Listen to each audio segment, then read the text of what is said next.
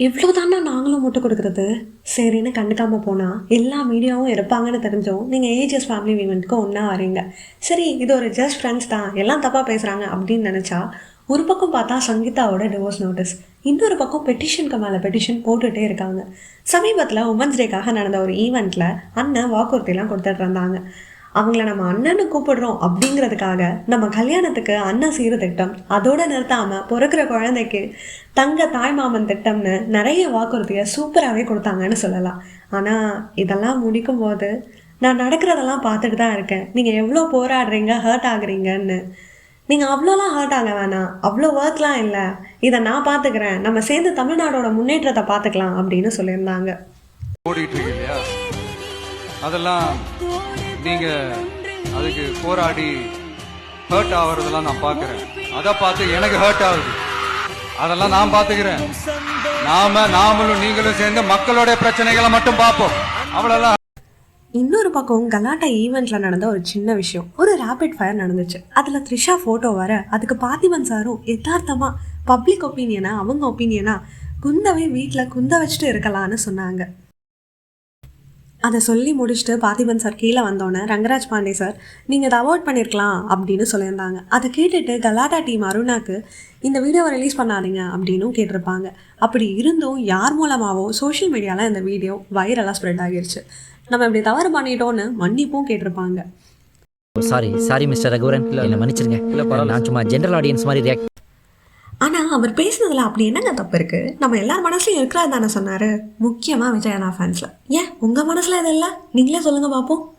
இருந்தாலும் அஃபிஷியலாக வெளியே வராத ஒரு வீடியோவுக்கு சாரியும் கேட்க வச்சுட்டாங்க. அதுக்கப்புறமும் த்ரிஷா என்னடானா அதுக்கு ஒரு ட்வீட், என்னை பற்றி இப்படி சொல்லிட்டாங்க அப்படி சொல்லிட்டாங்கன்னு ஒரு போஸ்ட் மட்டும் போட்டுடுறாங்க. ஆனால் இங்கே இவ்வளோ பெரிய ப்ராப்ளம் போய்ட்டுருக்கு. இதுக்கு மீடியா சொல்கிற மாதிரிலாம் இல்லை, அப்படிலாம் எதுவும் இல்லை அப்படின்னு ஒரு ஸ்டேட்மெண்ட் விடலாம்ல. இப்போது ரீசெண்ட் டைமில் டிவோர்ஸுங்கிறது ரொம்ப கேஷுவலாக போயிடுச்சு.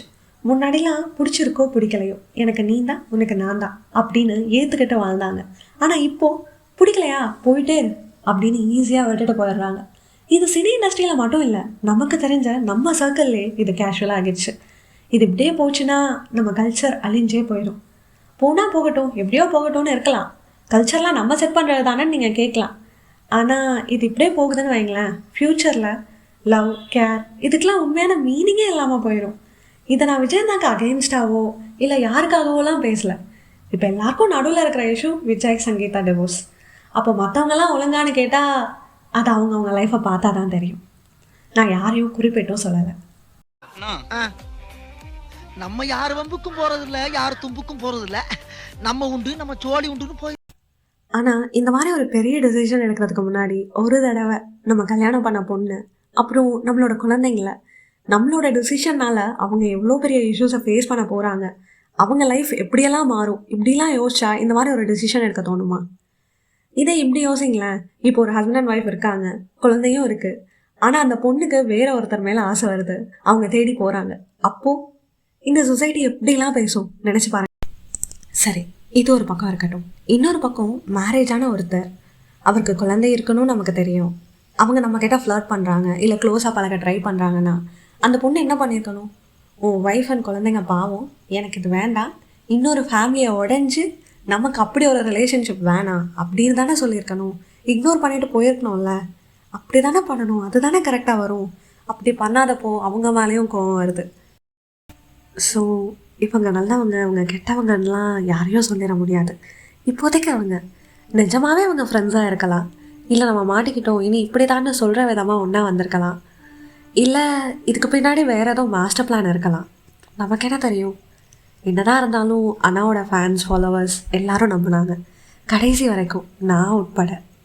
அண்ணா இப்படிலாம் பண்ண மாட்டாங்கன்னு தான் இருந்தேன். ஆனால் அவங்க அது உண்மைங்கிற மாதிரி அதெல்லாம் ஒரு பிரச்சனையும் இல்லைன்னு சொல்லும்போது ஒரு மாதிரி நிறையவே ரொம்ப கஷ்டமாக இருந்துச்சு, ரொம்பவே ஹார்ட் ஆச்சு, ஒரு ஏமாற்றம்னு கூட சொல்லலாம். சத்தியமா இப்படியெல்லாம் நடக்கும்னு நான் நினச்சதில்ல. சரி, finally end of this video. இந்த வீடியோவை பண்ணுறதுக்கு நிறைய ரீசன்ஸ் இருக்குது. ஒன்று, எனக்கு விஜயண்ணா ரொம்ப பிடிக்கும், ஒரு ரோல் மாடல்னு கூட சொல்லலாம். ஆக்டிங், ரியல் லைஃப்னு அப்படி இருக்கிறப்போ இது எனக்கு ரொம்ப ஹர்ட் ஆச்சு. நமக்கு பிடிச்ச ஒருத்தவங்க நமக்கு பிடிக்காத ஒரு விஷயத்த செய்கிறப்போ அதுக்கு வேறு ஏதோ ரீசன் இருக்கும்னு நம்ம அதை தேடுவோம். இல்லை அது ரியல் தான்னு ஒரு எவிடன்ஸோடு தெரிய வரும்போது ரொம்பவே ஹர்ட் ஆகும். அது ஒரு மாதிரியான ஏமாற்றம்னு கூட தான். அதாங்க இங்கே உன்னை பத்தின நியூஸை தேடி தேடி படிச்சதான் ஜாஸ்தி. நான் பார்த்த தேவராஜ் வேற. இந்த ஹர்ட் அண்ணன்ட்ட மட்டும் இல்லை, நம்ம சினி இண்டஸ்ட்ரியில் நிறைய பேர் மேலே இருக்குது. நான் டிவோர்ஸை தப்புன்னெலாம் சொல்லலை. ஏதோ ஒரு மிஸ் அண்டர்ஸ்டாண்டிங் டிவோர்ஸ் பண்ணுறதுனா அது வேறு. ஆனால் மேரேஜ் ஆகி ஒரு கமிட்மெண்ட்டில் இருக்கும்போது இன்னொருத்தவங்களோட அஃபேர் இது தப்பு தானே.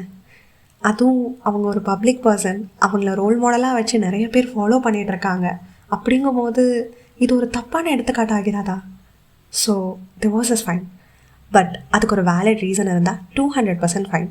இருந்தாலும் பேசி தீர்க்க முடியாத ப்ராப்ளம் என்ன, முடிஞ்ச அளவுக்கு பேசி சார்ட் அவுட் பண்ண பாருங்கள். உட்காந்து பேசினா எல்லாமே சரியாகிடும்.